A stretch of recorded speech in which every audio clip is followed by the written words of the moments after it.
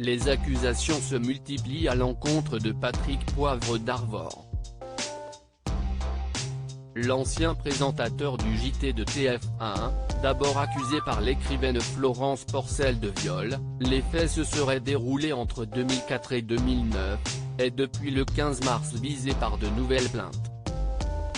En effet, 8 femmes ont témoigné dans les colonnes du Monde pour dénoncer le comportement du journaliste de 73 ans. Celles-ci sont d'anciennes assistantes, étudiantes ou journalistes.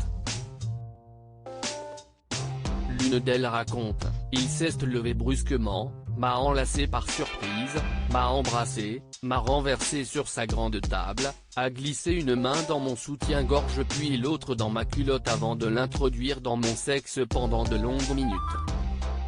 J'ai essayé de me débattre doucement et de me dégager en murmurant que je ne voulais pas, que j'avais un petit ami, mais j'étais pétrifié et je n'ai pas osé le repousser vigoureusement. » Suite à ces nouvelles prises de parole, Patrick Poivre d'Arvor est très triste et abattu, comme l'a fait savoir son ami proche Bernard Montiel dans Touche pas à mon poste, mardi 16 mars. Il n'a pas souhaité se rendre sur le plateau de Cyril Hanouna pour prendre sa défense. J'ai vu beaucoup de conquêtes après avoir évoqué la peine de son fidèle ami. Bernard Montiel a souhaité prendre sa défense, précisant qu'à l'époque où il travaillait chez TF1, on se bousculait au portillon pour le rencontrer, lui parler, voire plus.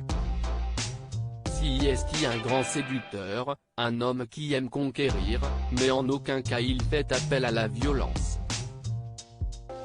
Ça fait 30 ans que je le connais, je n'ai jamais vu ça.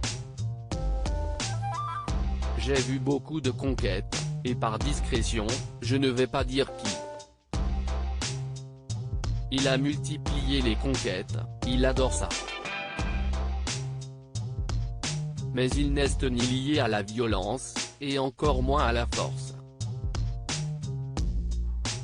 Je tiens à le dire, a-t-il ajouté.